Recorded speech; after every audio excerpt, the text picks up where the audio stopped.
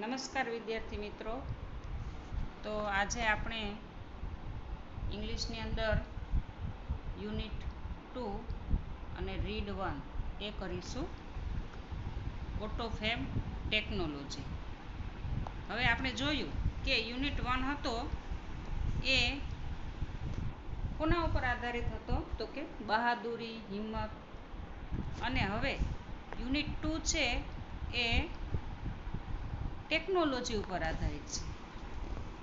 ટેકનોલોજીનો ઉપયોગ તમે જોઈએ છે કે અત્યારે એના વગર આપણે ચાલતું નથી. તો ઓટોફેબ ટેકનોલોજી જે વર્ડ છે એની અંદર બે શબ્દોનું કોમ્બિનેશન છે, ઓટો અને ફેબ. ઓટો એટલે ઓટોમેટેડ અને ફેબ એટલે ફેબ્રિકેટેડ, એટલે આપમેળે રચિત અથવા સ્વયં રચિત ટેકનોલોજી. એવું આ પાઠનું ટ્રાન્સલેશન શીર્ષક છે કે તમારી જાતે તમે રચેલ, ફેબ્રિકેટેડ એટલે રચના કરવી, તમારી જાતે રચના કરેલ ટેકનોલોજી એ છે.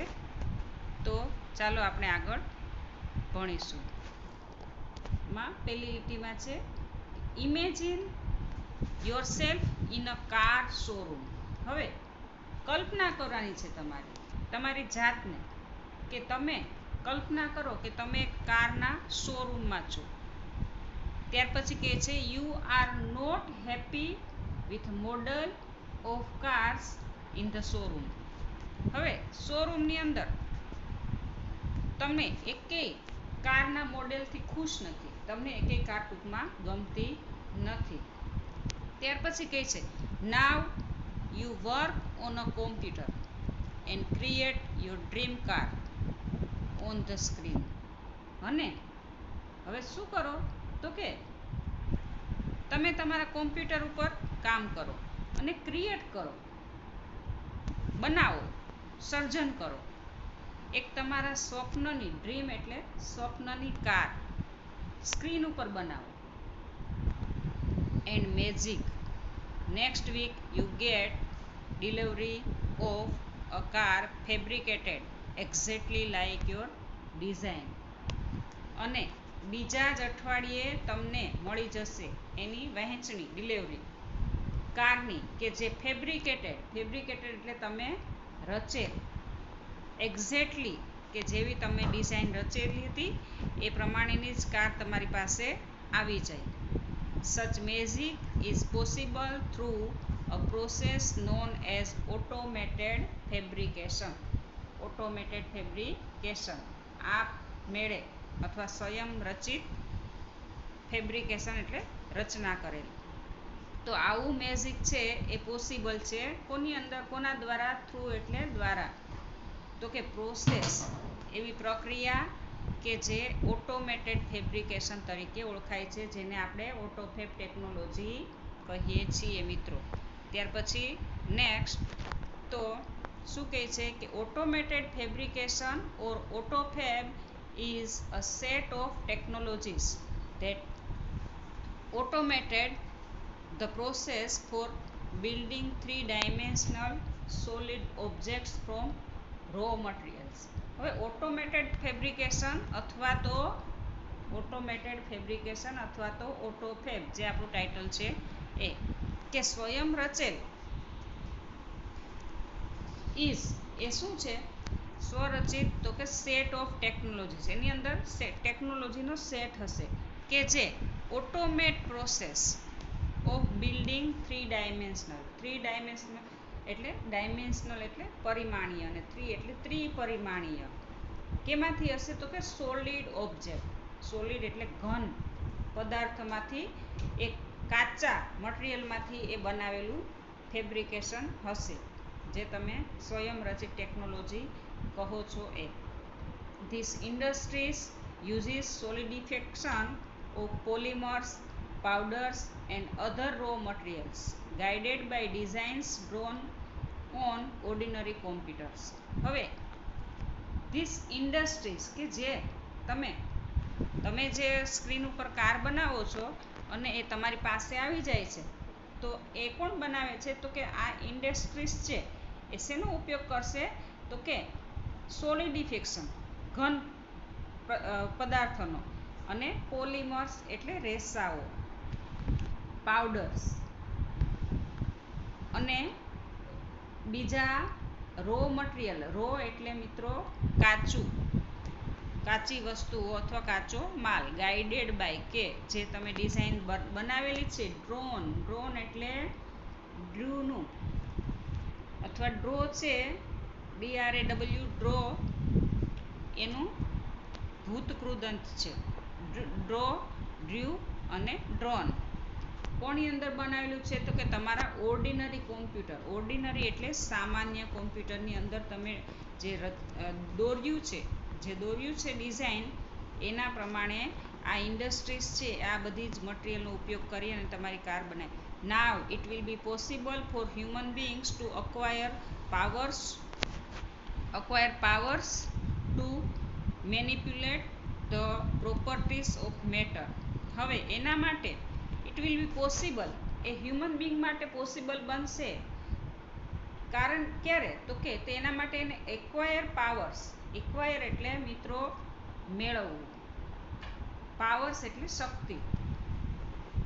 એ મેનિપ્યુલેટ એટલે ફેરફાર કરવો. કેની અંદર? તો કે પ્રોપર્ટીઝ ઓફ મેટર.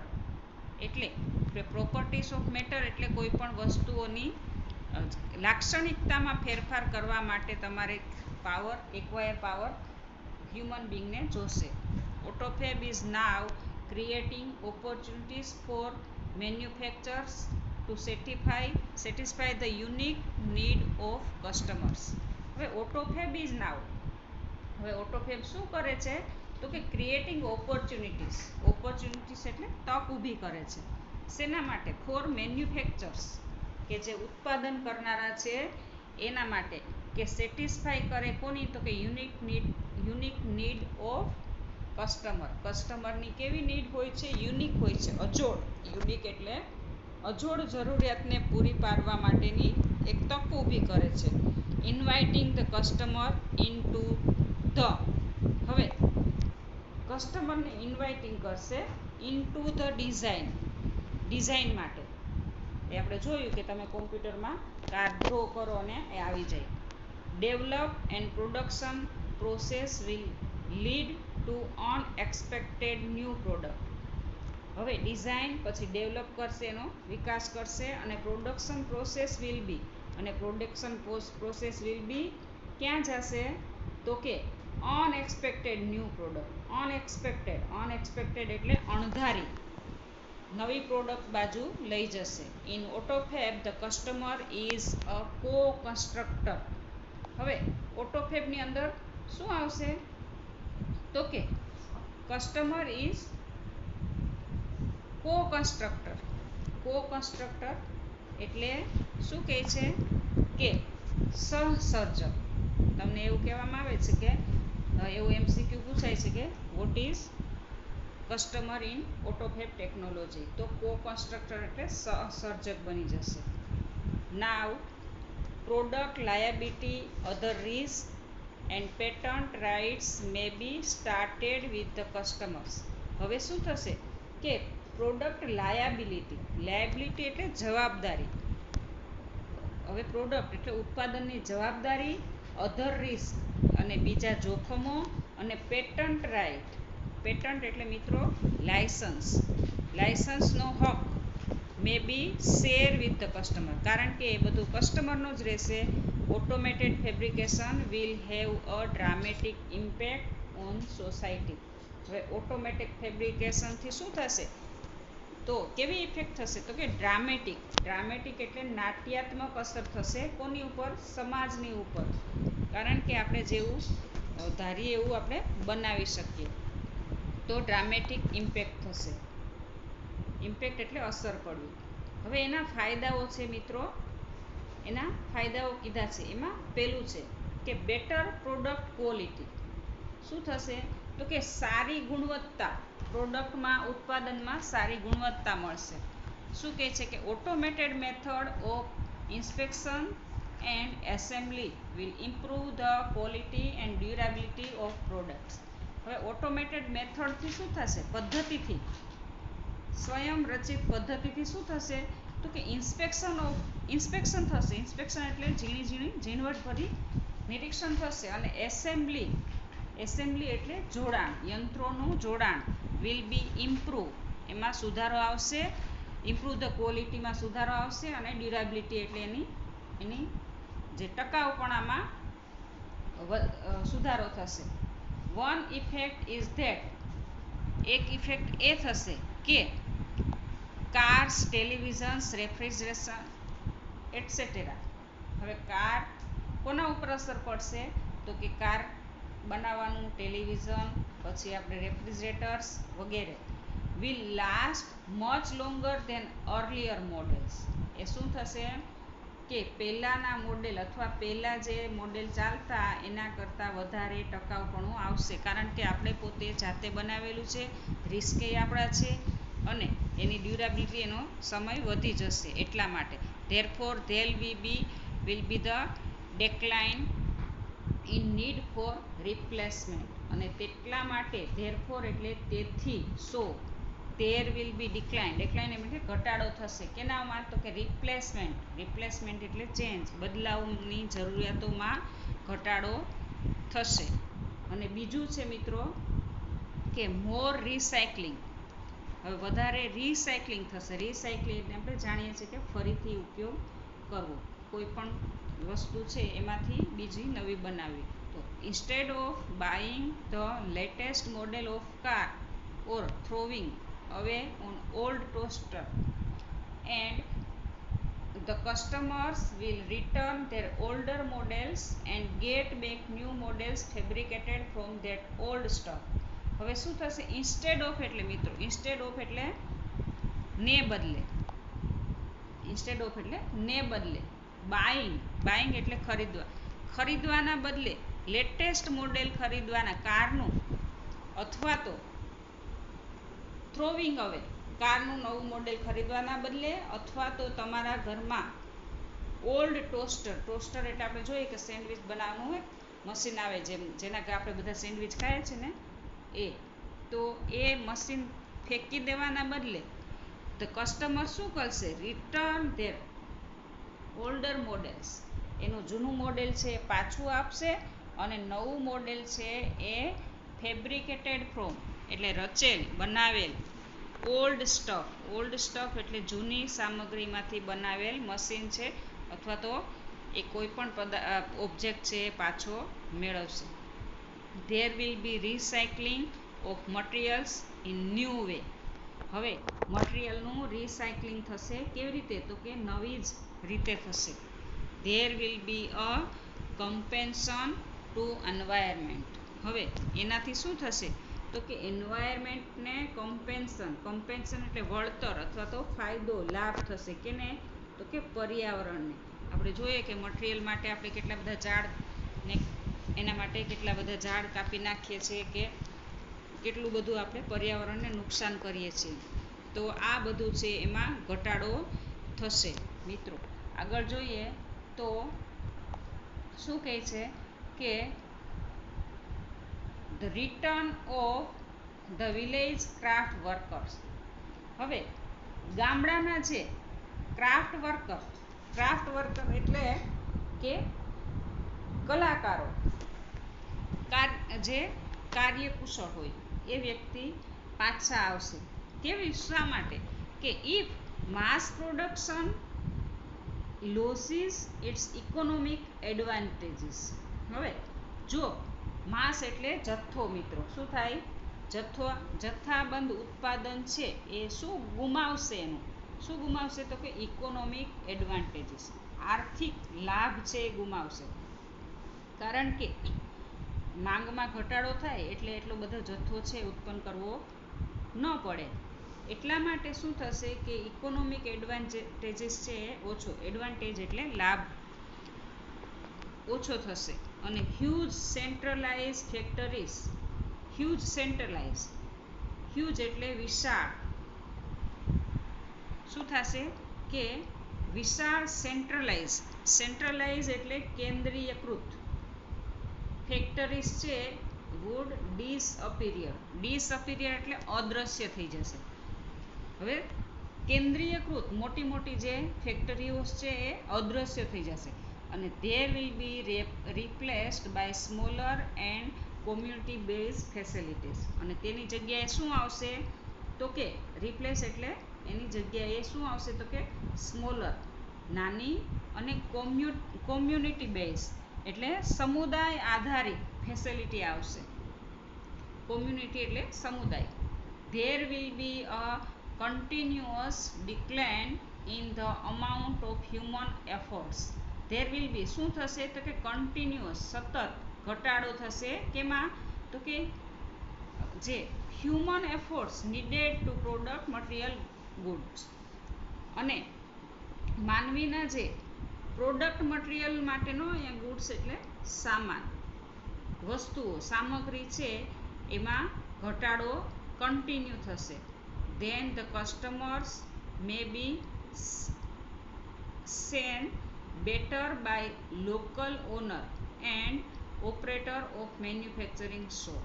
અને પછી તો શું થશે કે કસ્ટમર શું કરશે better by the local owner. Local એટલે સ્થાનિક માલિકોની સાથે વધારે મળશે અને operator of the manufacturing shop કે જેના ઓપરેટર જે સામગ્રી બનાવનારા મેન્યુફેક્ચર ઉત્પાદન કરનારી દુકાન સાથે એ જોવા મળશે. This the factories will become decentralise and the naturally talented village craft worker will be back with a bang.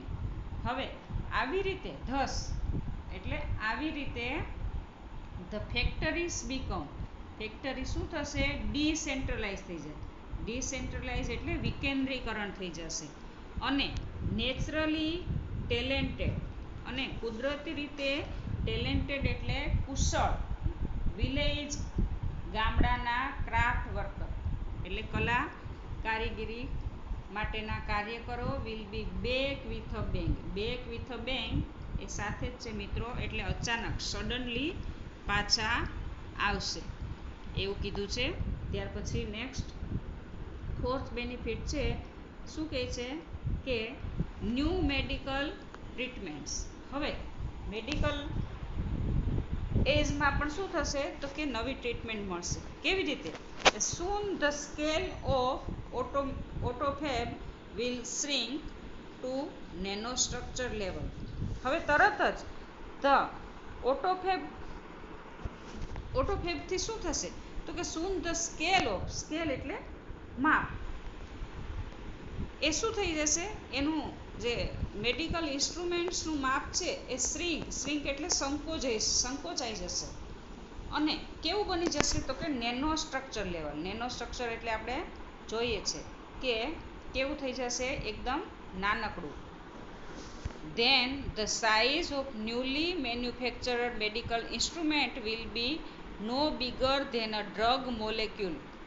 પછી શું થશે તો કે જે નવા ન્યૂલી મેન્યુફેક્ચર મેડિકલ ઇન્સ્ટ્રુમેન્ટ નવા ઉત્પાદિત થયેલા મેડિકલ ઇન્સ્ટ્રુમેન્ટની સાઇઝ કેવી થઈ જશે તો કે no bigger than drug molecules. Drug એટલે દવાના મોલેક્યુલ એટલે પરમાણુ કરતાં મોટી નહીં હોય એટલે એકદમ જે મેડિકલ ઇન્સ્ટ્રુમેન્ટ છે એકદમ નાના થઈ જશે. It will be possible to reconstruct ratified tissues.